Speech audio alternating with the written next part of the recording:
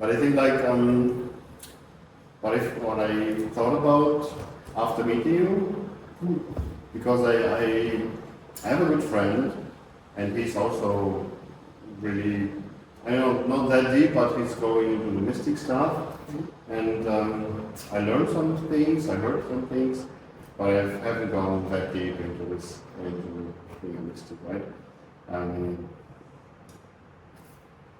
What about seeing things in other people, also seeing things you can help them with without them telling you? Is that a thing or not? It happened to me many times. Okay. At different points of my journey, I've had different healing abilities. That's the easiest way of describing it. Okay. So generally, the entire healing process is always God is healing, not me. This is something I need to point out. And so it's by God's grace that all the healing happens. As much as I would like to take all the credit, it's not for me. There are things that I teach about how to do the healing and how to work with energy, because energy is just energy. It's like electricity in a wall. Yeah. If you put too much energy, if you try to take too much energy out of the socket, the fuse is going to blow. Yeah. So there are certain laws within energy that we also can learn, and I think it's amazing that we're developing the metaphysics of all of this now with quantum physics, quantum mechanics, all of this showing us the first ideas of what mystics have known for thousands of years, basically. But when it comes to the healing itself, I had seen healing miracles. I had been able to tell people their entire stories sometimes based upon energy. Sometimes when people come to me, I will just put my hands and I will be able to tell, okay, you're working with self-worth, you're working with some breakup that you had a few months ago, here I can see you had some injury, but my eyes are closed, I don't see their body. But with closed eyes, I see their body. What I see is like an energy body, which is made up of million dots, and depending upon whether the dot is lit or not lit, or whether there is connection between the two dots, that tells me a lot. It's taken me years to learn how to read this accurately. And the general idea is we have consciousness, and as we ascend the consciousness, we develop more and more connections. So are you aware of the 7 chakra system? Yes. So the idea that I teach with is you have 7 chakras, and each chakra is its own consciousness, perception of reality. That's important. When you're on the first chakra, you perceive reality from the space of fear and safety. So who is going to harm me, worries, stress, all of this stuff. But the moment you let go of that, you move up and you start to care only about your desires.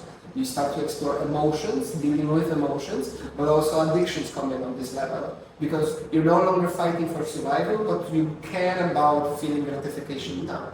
But once you satisfy that gratification, you can move up into realization that, well, I can sacrifice the present moment for tomorrow and create a better future as a result. That's the 3rd chakra. But then once you realize that your life is perfect, which is the realization on the top of the solar plexus, you move into the heart, which is the present moment.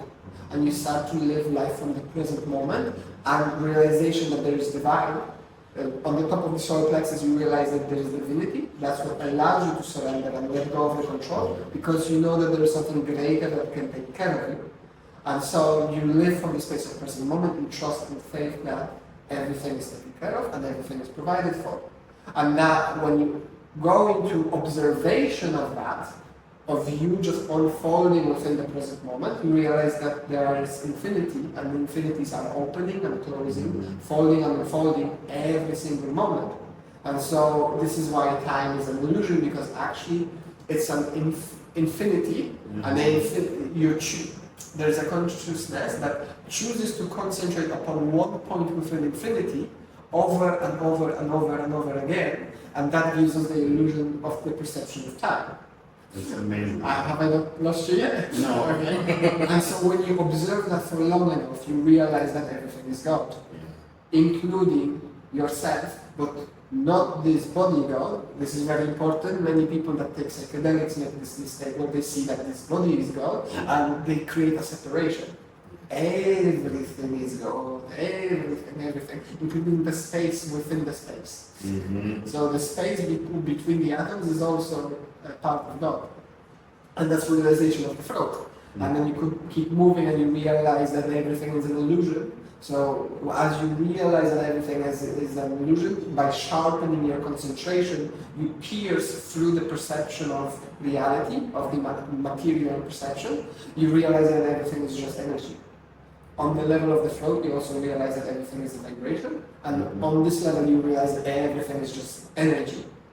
And then beyond that, I cannot use any words to describe what happens in the crown, but the idea is non-attachment and complete transcendence.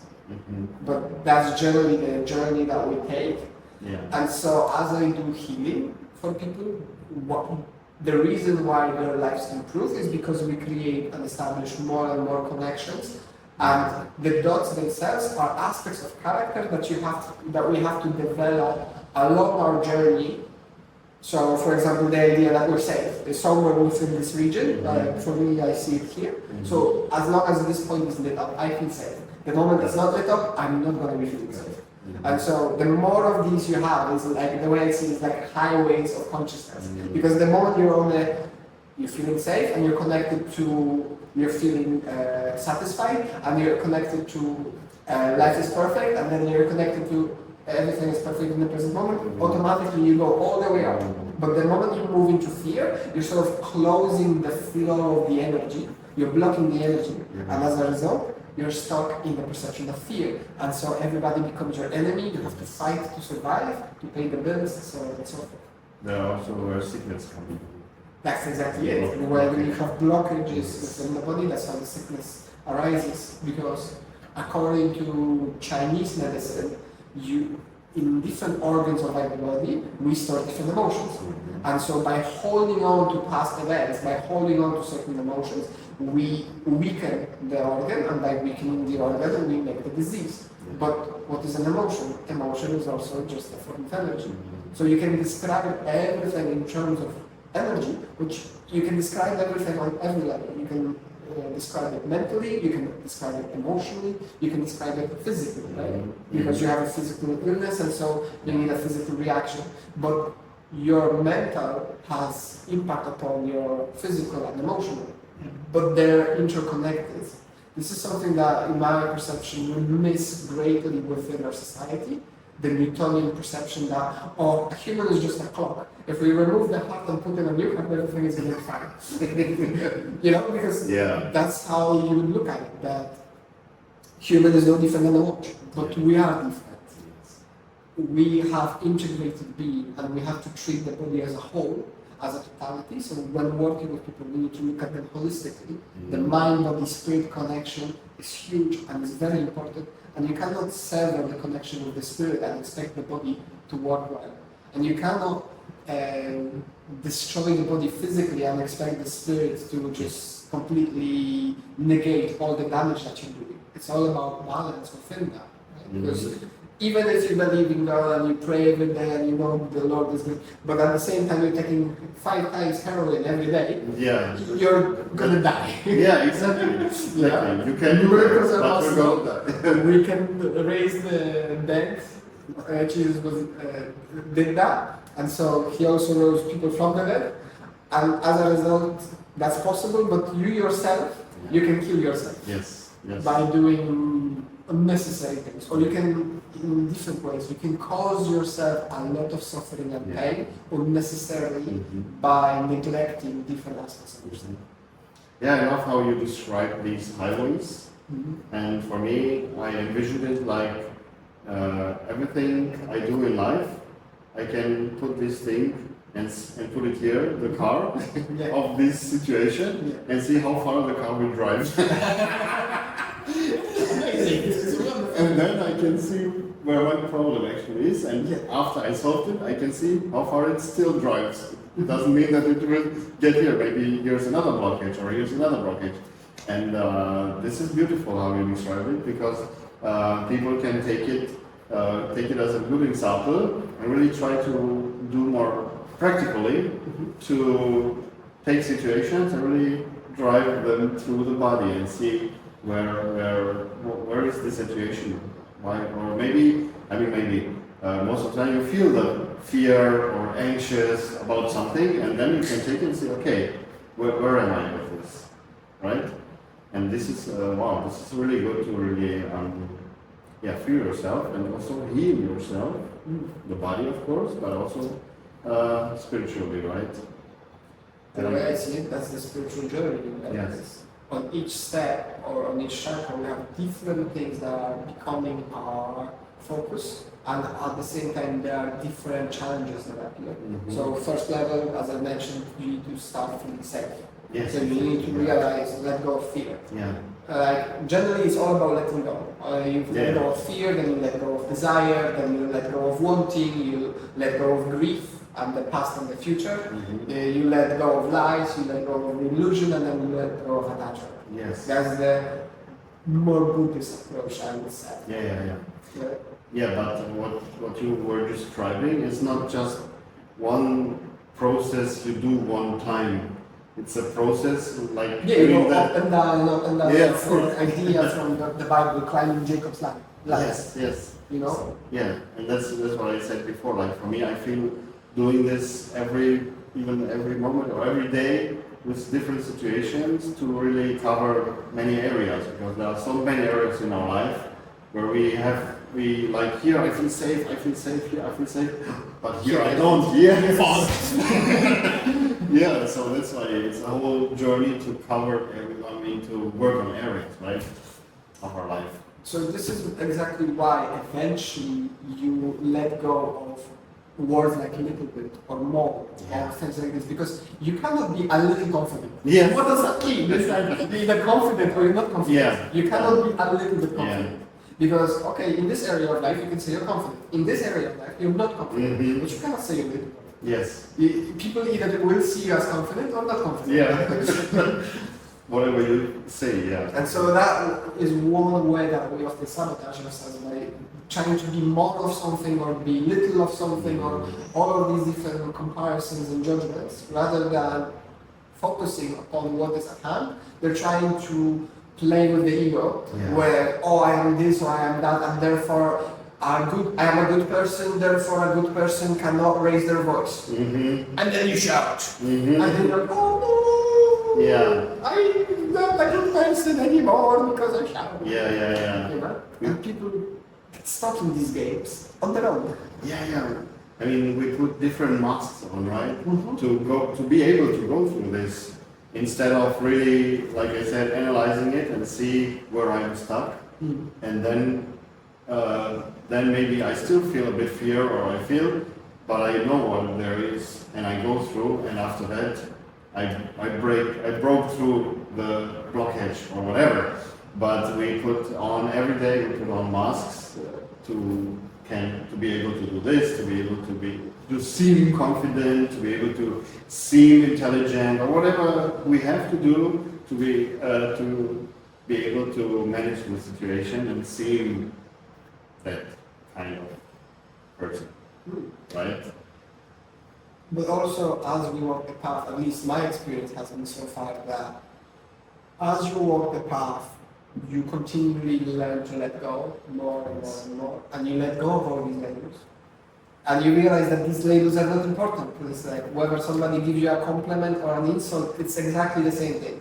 It makes no zero difference, because when you know who you are, and mystics would say, I am that I am, nothing more, nothing less, or just I am, that's perfectly sufficient in itself. That's it. I am not this, I am not that. Mm-hmm. I am this and I am not that at the same time. Because, like we spoke previously, there is an infinity, and you have an infinity contained within yourself. The way I need to show it to people is, you have emotions, don't you? So if you close your eyes and think about a happy event from your life, you're going to feel happiness. Yes. But if you close your eyes and think about your breakup, you're not going to be very happy. You're going to feel sad or angry, right? And that shows us that you have all of the emotions present within you at the same time. And you don't need to go anywhere to pick up an emotion and put it on and, oh, now I'm feeling this emotion. And so everything is already contained within you. And it's up to you to decide which you choose to focus upon in this given moment. Yeah. Yeah, that's so good. I mean, I learned to combine this, this infinite potential we all have. First, to really understand that I have an infinite potential. And also, at the same time, what helped me a lot before when I was growing into everything, what really helped me to let go of what people think about me and everything, but to really understand that I'm unique, right? I have a unique expression. I'm unique. Nobody is like me. Nobody feels like me. So whatever I say, whatever I feel, however I behave, and somebody would laugh at me if I do this or that. That's my unique expression, and that helped me a lot in the beginning, of course, to really feel free to express myself and then to grow, right? But to express myself and to speak up, and I can make mistakes because that's who I am right now. That's how I feel, who I am, what I learned up till now, how I grew up. That's who I am. Then, in combination with the infinite potential, there is an infinite potential in every human being, and really understanding that, okay, this is who I am, but I am also infinite. I mean, I have the potential, an infinite potential to become and to also, grow into that. And these two things were, for me, were key to really grow into the, like you said, I am, because I am infinite potential, and I am this, I am not this, but at the same time I am this, or I can be this. And this is also freedom, of course, right? Really the freedom, and the freedom to grow into that. That's what I wanted to say with all this. Like, how can I grow into this? And for me, this was key, to really know that I am unique, I have a unique expression, and that helped me to grow into this infinite thing. And like you said, even now, whatever people say, and also like if someone tells me like, you have a problem with this or a problem with that, I'm not offended because I know myself. That's also a big thing, like, yes, thank you, I know that, I'm working on that. And I can't even get angry. And if someone tells me something I don't know, which I don't know, would happen very rarely because I know myself, then I'm thankful because this will help me, of course, right? Yeah. So because at the end of the day, we're human, and since we're human, we're here to have human experiences. yeah, And human experiences are all of this which is happening in our lives. These are called human experiences, and everything is going in accordance with God's plan.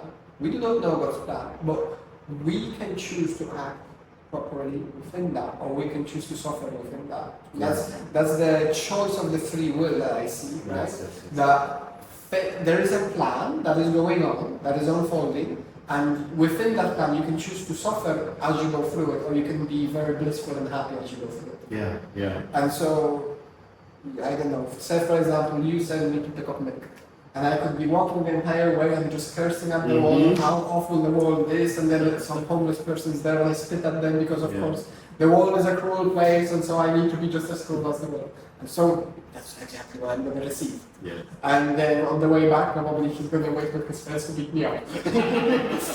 But on the other hand, you can send me for the milk and I'll be just journaling about, just blissful and happy, giving blessings and saying hello to everybody I walk past. Just cultivating that happiness and giving it to everybody. And again, like we said last time, attitude and the creation of the world, right? Yeah. It's the free will that we have to either uplift ourselves into the divinity, into heaven, or we can put ourselves down into hell. Because, of course, I believe in the ideas of heaven and hell beyond life, but also I see it that we live hell and heaven here in this reality as well.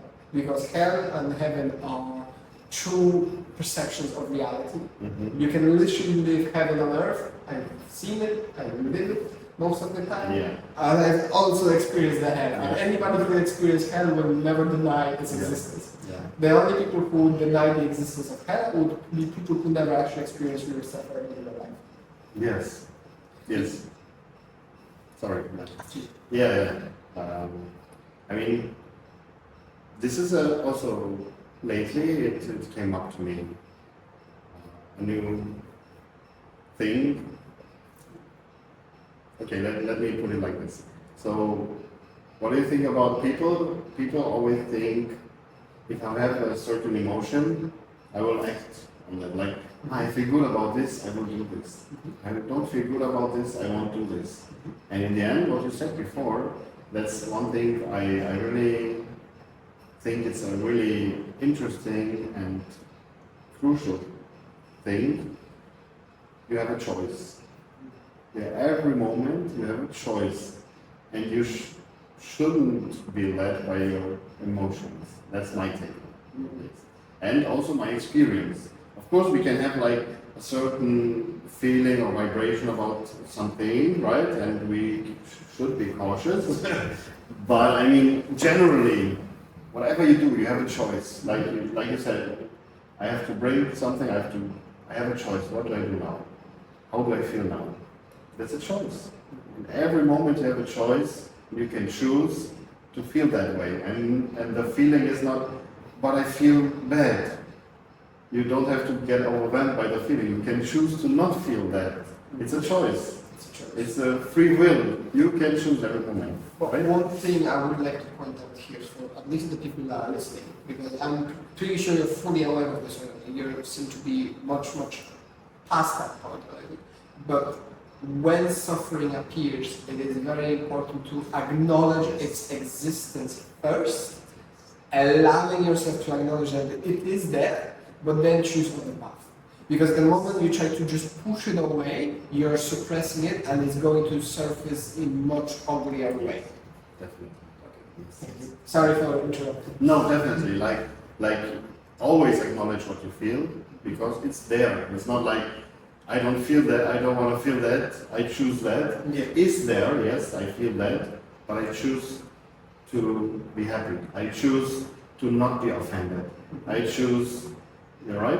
And then the emotion doesn't disappear like this, right? But you can choose. And you can alchemize it, right? Of course. So one of the tools that I teach in the private sessions is how to actually feel the emotions.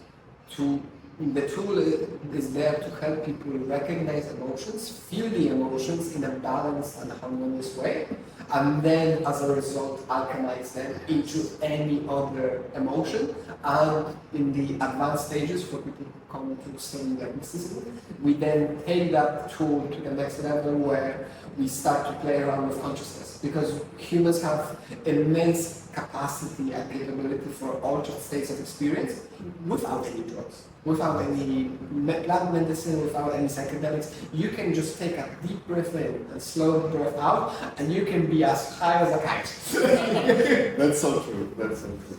Yeah. That's true.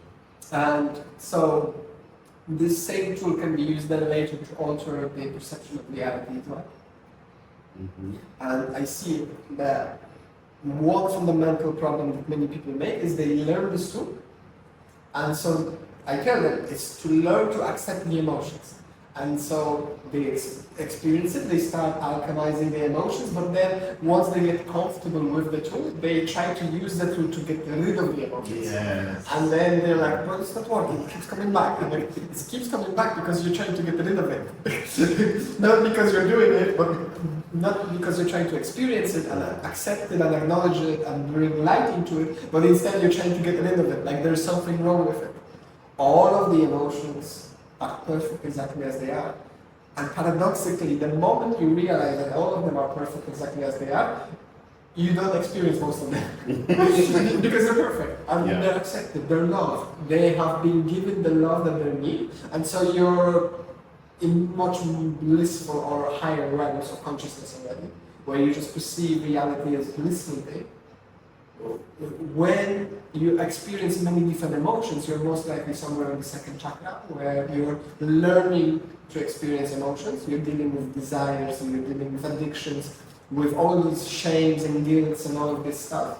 But the moment you accept all of that, the moment you love all of that, you become free of all of that. And so the moment you become free of it, you know very well you don't experience it. Yeah. And then again, like you said, it's just a choice. I am happy because I choose to be happy, but not because there is happiness is superior, but because happiness is a natural state. So the way I see it, why there is suffering in the world is because there is a lack of God. Because what God is God is infinite good. Love, infinite love, infinite wisdom, omnipresence, omnipotence, everything. God is the absolute. There are no words to describe God in my eyes, but He's all that is good. And so, what happens when you move yourself away from that is you create suffering. Yes. Because if this is all the light there is, and you move yourself away from that light, you're moving yourself into deeper and deeper realms of suffering.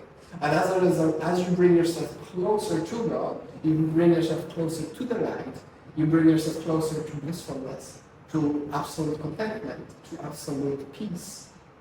And all of that is reflected, of course, within your life. At least that's the case.